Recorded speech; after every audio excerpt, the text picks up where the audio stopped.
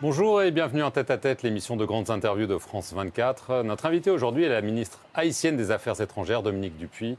Merci beaucoup, Madame la ministre. Merci, Monsieur Perelman. Je suis honorée d'être avec vous aujourd'hui. On va commencer par des nouvelles tragiques. Le 3 octobre, dans la ville de Pont-Sondé, au moins 117 personnes ont été tuées, l'un des pires massacres depuis des années. Une attaque attribuée au gang Grand Griffe et les survivants ont critiqué le manque de réaction des autorités parce que ce gang avait déjà annoncé sur les réseaux sociaux ses intentions. Effectivement, cette nuit a été une nuit tragique où ces hommes, ces femmes, ces enfants innocents ont été lâchement abattus, pour la plupart chez eux. Le gouvernement a immédiatement réagi en dépêchant un convoi d'une dizaine de véhicules armés, les AMRAPs comme on les appelle, et un contingent de 80 forces spécialisées pouvant contrecarrer l'offensive des gangs sur Pont-Sondé.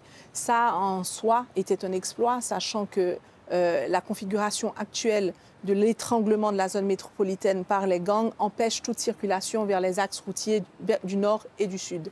On a pu le réussir parce que grâce au dépêchement d'équipements récemment livrés en Haïti, le convoi a pu être formé avec les 10 véhicules spécialisés, les AMRAPs, qui ont pu arriver à cette localité et répondre à cette situation. Le Premier ministre lui-même s'est rendu sur les lieux par hélicoptère, un hélicoptère dont l'État haïtien vient à peine de faire l'acquisition à travers un partenariat avec Taïwan et qui lui permettent non seulement de déplacer les autorités, mais le personnel nécessaire pour l'aide, notamment à l'hôpital et les policiers. Mais on a l'impression que chaque fois, vous courez après les gangs. Les gangs contrôlent 80%, c'est ce qu'on dit, de la zone de Port-au-Prince. Les autorités de transition ont promis qu'elles allaient reprendre le contrôle avec l'aide de la force internationale. Quand ? Vous avez tout à fait raison. Pour l'instant, ce que nous voyons, c'est une stratégie réactive au lieu d'une stratégie offensive parce que nous n'avons tout simplement pas les moyens de nous déplacer de façon beaucoup plus agressive vers les gangs. Nous attendons le déploiement effectif de la force kenyane. À ce stade, nous sommes encore à 400 policiers kenyans déployés. Nous avons 300 policiers qui doivent être déployés d'ici la fin octobre et 300 autres d'ici fin novembre. Un effectif total donc de 1000 policiers kenyans avec une vingtaine de Jamaïcains et de policiers de Belize qui vient faire un contingent bien au-delà de l'effectif nécessaire pour pouvoir avoir une présence efficace et effective sur le terrain face à des adversaires que nous découvrons à être extrêmement agiles, bien équipés, créatifs dans leur manière de contrecarrer la présence des forces de l'ordre. Alors, la force multinationale doit comporter normalement 2900 hommes. Est-ce que ça va être le cas et quand ? Alors, les estimations voulaient qu'elle soit à 2500. Aujourd'hui, ce que nous savons, c'est que la base militaire pouvant accueillir les policiers qui seraient affectés a une capacité maximale de 1000 policiers. Donc, nous savons qu'il y a un seuil qui ne pourrait être dépassé dans le futur immédiat. Et nous savons aussi qu'il y a une question, évidemment, de financement. Aujourd'hui, nous avons les moyens d'accueillir les 600 Kenyans en route, mais nous ne savons pas comment financer un effectif supplémentaire. Madame la ministre, est-ce que vous êtes en train de dire qu'au lieu de 2500 hommes, cette force va donc se limiter à 1000 hommes ? D'où la raison du besoin de transitionner cette force à une force de maintien de la paix. Ça a été refusé par le Conseil de sécurité de l'ONU. Il y a un an. Mais la demande sera réitérée au vu des actions et des opérations qui ont été lancées avec cette mission multinationale de support. Alors attendez, parce que j'ai quand même du mal à comprendre. On dit que c'est la solution pour Haïti. Il y aura moins de la moitié des effectifs prévus. Donc vous n'allez pas reprendre le contrôle. C'est impossible. Vous allez perdre cette bataille qui déjà est très difficile. Il nous faut absolument que cette transition ait lieu et qu'elle ait lieu rapidement. C'est pourquoi le projet de résolution doit être présenté d'ici à décembre et que nous espérons que les États membres et particulièrement les membres du Conseil permanent comprendront l'urgence que cette décision soit prise en soutien à la population haïtienne qui ne peut plus attendre. Alors, il y a aussi la situation humanitaire, il y a aussi la situation des enfants. J'ai pris quelques chiffres. Selon l'UNICEF, un enfant par minute est déplacé par la violence des gangs depuis cette année.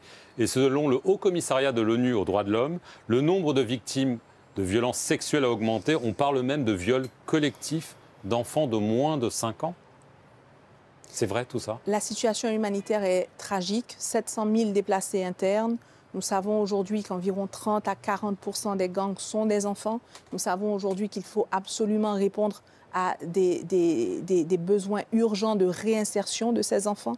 Nous savons aussi que dans la zone métropolitaine, 70% de l'infrastructure sanitaire ne fonctionne plus, que les personnes en besoin de soins pour les dialyses, pour la tuberculose, pour le VIH n'ont plus accès à ces soins depuis plusieurs mois. Il est extrêmement urgent que l'on puisse à la fois répondre aux besoins de rétablissement de la sécurité, mais en même temps aux besoins de rétablissement des services de base, comme les services de santé et les services éducatifs. Alors, il y a une chose, c'est la situation humanitaire. Là, on parle de viol collectif. Est-ce que vous avez aussi ces informations qu'il y a des enfants de moins de 5 ans? Il y a des viols collectifs et nous savons que la violence basée sur le genre en particulier a drastiquement augmenté. On a enregistré de janvier à mai 2024 4000 cas de viols sur les femmes. Alors, vous avez parlé du manque de moyens pour la force internationale, financiers et humains. Au niveau humanitaire, d'après Action contre la faim, seul un tiers de vos besoins de financement sont assurés. Qu'est-ce que ça veut dire concrètement? Ce que ça veut dire, c'est que nous avons énormément d'efforts à faire pour percer dans un environnement où il y a énormément de compétition pour l'aide humanitaire, énormément de saturation sur des conflits qui occupent Gaza, l'espace. l'Ukraine. Exactement. Et l'enjeu pour nous est de pouvoir communiquer qu'Haïti est aussi mériteux de l'appui et du soutien de la solidarité internationale, que les enfants haïtiens ne méritent pas moins que les enfants de l'Ukraine ou de Gaza. Et surtout qu'en Haïti, il y a encore une véritable opportunité de résoudre cette problématique et de la résoudre rapidement. Nous parlons de 27 750 km², nous parlons de 12 millions d'habitants. Il n'y a rien d'irréalisable, il n'y a rien d'impossible si seulement nous avons les moyens adéquats au moment opportun pour répondre à la crise. Sinon, Haïti va être déclaré en famine. Nous craignons que d'ici quelques mois, nous puissions déclarer pour la première fois dans l'hémisphère américain famine si nous n'avons pas l'accompagnement nécessaire et que nous sollicitons depuis plusieurs mois maintenant pour 5,5 millions de personnes en situation d'insécurité alimentaire. La moitié de la population. La moitié de la population. Il y a des tensions avec votre voisin, la République dominicaine. Pourtant, le président dominicain Luis Abinader avait voulu normaliser les relations. Je rappelle que les frontières, il les avait fermées l'an dernier. Et là, le 2 octobre, le gouvernement annonce qu'il va expulser 10 000 Haïtiens par semaine. Il l'a non seulement annoncé, mais il a commencé à le faire. Votre réaction?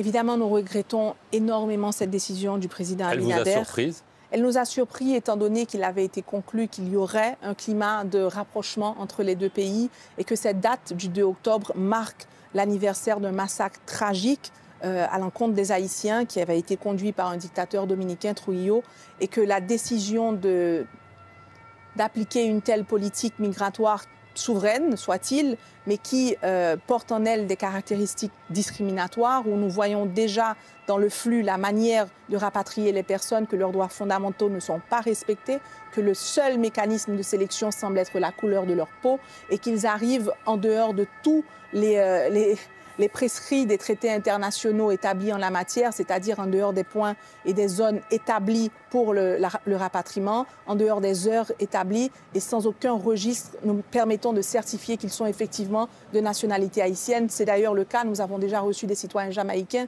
américains, Belize qui ont atterri en Haïti. C'est du racisme d'État? Par le simple fait que leur peau était noire. Certains officiels haïtiens ont même parlé d'épuration ethnique. Vous iriez jusque-là? C'est quand même un terme très connoté. Ce que nous avons fait, c'est que nous avons sollicité les services de 2 firmes internationales, d'avocats et d'universités internationales qui vont nous présenter, nous préparer un avis légal, juridique que nous allons présenter à la Cour interaméricaine des droits de l'homme. Et ce sera à eux de déterminer effectivement s'il s'agit de cela. Je veux en revenir à la transition. Vous êtes ministre des Affaires étrangères d'un gouvernement de transition. Il y a un conseil présidentiel de transition. Et la promesse qui a été faite, c'est de tenir des élections d'ici le 7 février 2026. Étant donné la situation sécuritaire, humanitaire, financière, est-ce que ce n'est pas mission impossible, honnêtement? Ces missions est possible si nous n'avons pas l'accompagnement que nous sollicitons. Mais vous ne l'avez pas. Nous l'aurons si nous réussissons en décembre. Et si nous réussissons en décembre... En décembre, qu'est-ce que vous voulez dire? L'adoption de la résolution, nous permettons d'avoir la force de maintien de la paix. Nous savons aujourd'hui que pour aller aux urnes, il nous faut absolument pouvoir garantir la sécurité des personnes qui auront à voter sur tout le territoire national. Et pour cela, bien entendu, le mécanisme idéal serait de pouvoir déployer une force suffisamment large, pouvant accompagner nos policiers qui aujourd'hui, dans ma ville natale par exemple, sont 15 policiers pour 100 000 personnes, 100 000 habitants. Il est impossible pour nous d'envisager un climat suffisamment sécuritaire avec 15 policiers. Il nous faut un renforcement urgent. Ce que je peux vous dire, M. Perelman, c'est que l'engagement de ce gouvernement est entier pour la réalisation des élections. Il nous faut absolument remettre Haïti sur les rails d'une démocratie fonctionnelle. Et si nous nous cachons derrière le prétexte sécuritaire, c'est un peu l'œuf et la poule, nous n'en sortirons pas. Et donc, nous prenons les engagements et je continuerai jusqu'au dernier jour le plaidoyer nécessaire, comme le Premier ministre, comme les autres ministres du gouvernement et comme le Conseil présidentiel de transition, ce plaidoyer pour qu'on ait l'accompagnement à temps et à la hauteur afin de nous permettre de tenir cet engagement que nous avons pris auprès du peuple haïtien et qui est le seul à nous accorder la légitimité nécessaire pour gouverner ce pays le temps de la transition. Mais si jamais vous vous rendez compte que le Conseil de sécurité ne passe pas cette résolution et tout ça, est-ce qu'il ne vaut pas mieux dire, écoutez, la transition durera un peu plus longtemps afin que les élections se passent bien? Il est prématuré de s'aventurer. C'est justement le danger d'une transition, c'est de penser qu'elle peut s'éterniser. Aujourd'hui, on l'a vu ailleurs. On l'a vu ailleurs et on l'a même vu un peu en Haïti avant. L'idée, c'est qu'aujourd'hui, on ait appris les leçons du passé et que notre engagement et notre détermination, elle reste absolument ciblée sur la passation pacifique du pouvoir le 7 février 2026 à des autorités démocratiquement élues. Et moi, je peux vous dire, j'ai hâte. Merci beaucoup Dominique Dupuy d'avoir répondu aux questions de France 24. Et merci à vous d'avoir regardé cette interview sur nos antennes.